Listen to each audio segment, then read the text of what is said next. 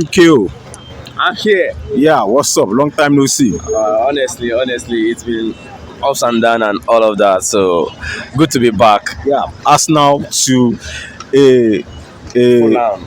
Arsenal to versus Fulham. What's it called? A tooth and nail end match, and Arsenal was able to conquer. Your thoughts?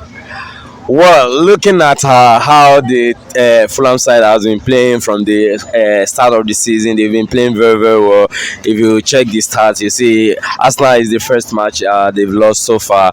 They are a compact team, they are physical, and they are determined. So, coupled with the kind of experienced coach they have in Marco Silva, who has been very, very helpful in the tactics side of it. He's been very, very tactical. So I think Arsenal did a very good job, apart from the mistake of Gabriel Magalhaes. So I think we play a whole lot well, and we were very unlucky that we couldn't convert our chances and all of that. But I think that was a schoolboy error from him, Gabriel Magalhaes, but he made up for it, and we got the day. So I'm very happy that we end the three needed points. So we're on top of the league. So let's see how things roll out on Wednesday with Aston Villa. So a very fantastic evening for Arsenal fan, for Mikel Arteta, because that's his 100th game in charge of Premier League in Arsenal. So you see, it's a very fantastic one. We needed to win that match, and we won it. It was very, very devastating when he made that error, but come to think of it, if not for that error, maybe we wouldn't have jeered to the occasion, but we came to the party, and we'll dance well, we'll ride, and we'll really enjoyed ourselves at the end of the game. So we'll end the 3 needed points.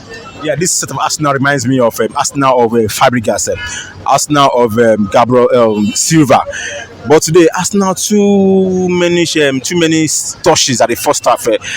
The end point that they were unable to put the ball at the back of the net, and there were a lot of too many touches, a lot of many passes, tiki-taka between, and at the end of the day, it won't really work well for them at the first half. Your thought about the Arsenal passing? I think we have to grow out of that, because the modern football has grown to certain age that you needed to make some decision. Excuse me. So you needed to make some decision at certain points.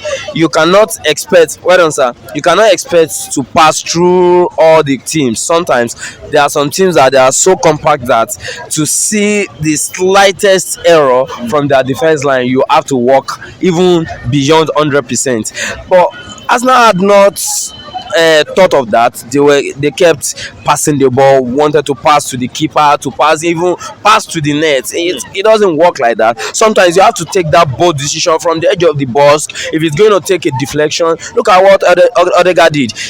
If he had not taken that shot, I bet we wouldn't have gotten that goal. And the goal actually took a deflection on Tosin before he went to the back of the net. So you have to take some courageous shot sometimes, even if it's not a very long range one, if it's not a very harsh shot, take a placing shot. Sometimes you don't need to pass all the time. So we needed those things, and if not for the grace that was on our side today, I bet you would not have even had any points from that game. But kudos to the players. They did very well. They know what they needed to do, and they were able to execute one or two things, and we had the day. So it's a very compact one. I think the coach should build the players more on taking shots from outside the box and all of that. I think we needed to do all of that, because it's not everything that you pass through their defense line all the time. So I think we really need to build on that.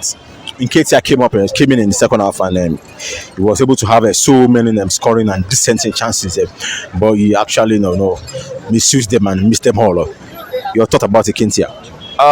Looking at Nketiah, I think you need to grow from certain things, because if you look at that number, that jersey number is putting on, is very iconic in Arsenal room. So you don't wear that kind of jersey, and you don't have yourself in that kind of position and not take a sound decision, because what makes a striker is being able to decide when to take shots, when to place ball, when to pass ball, and all of that. So you should be decisive. Whatever you are doing, be sure of it, that this is what I actually want to execute, this is what I want to achieve with my action at a certain point. That ball Odegaard looped up, perfect ball, place the ball is two things. Place the ball with your edge to the other side, there's a player there, or make every effort to hit it at first.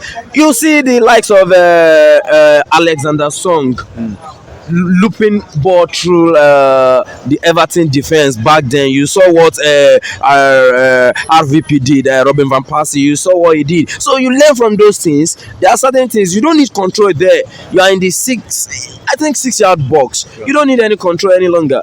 I play grassroots football. I know all of these things. I'm an attacker too. There are certain things. If it's gonna go to the net, it's not going. Play the ball. You don't need any control. Nobody will come to you there. Just take your time and take the shot, or make a decision. Pass the ball. You want to control for what? Even in the process of controlling, the keeper can rush out and still gain the ball. You end up committing a foul on the keeper. So I think he needs to build on that. I know he is a very good prospect, and is a potential striker who is building himself to become a better striker. So I hope to see him come good in the future time. Good. Gabriel Jesus played very well today, though he had no goal today. But he played, he penetrated, he tried to put the ball into the box 18, he dribbled, and he was like one of the players that was fouled on today. Yeah, the most fouled, because he was just on the ground. Now, Alan scored 3 goals today, but Gabriel Jesus did not score anything. What do you feel, Gabriel Jesus, Haaland? Because right now, Gabriel Jesus seems to be the top striker for Arsenal. I know Arsenal are all happy because he came in and he has made a difference. Gabriel Jesus, Haaland, your take? I can't compare Gabriel Jesus to Aaron Haaland, because looking at their build as a person, if you look at, I see Gabriel Jesus as a more orchestrator than a pivotal striker. He's somebody who wants to play football, who wants to contribute to the team, who wants to add to the team by goals and assists and the overall play. But he's a team player. Let me just call him a team player. But when you look at the kind of striker Erling Haaland is, and when you look at the type of players that he's surrounded with, you cannot compare the two of them. Erling Haaland will always be on the neck of defenders, but Gabriel Jesus will roam around the entire front line to ensure that something massive comes out.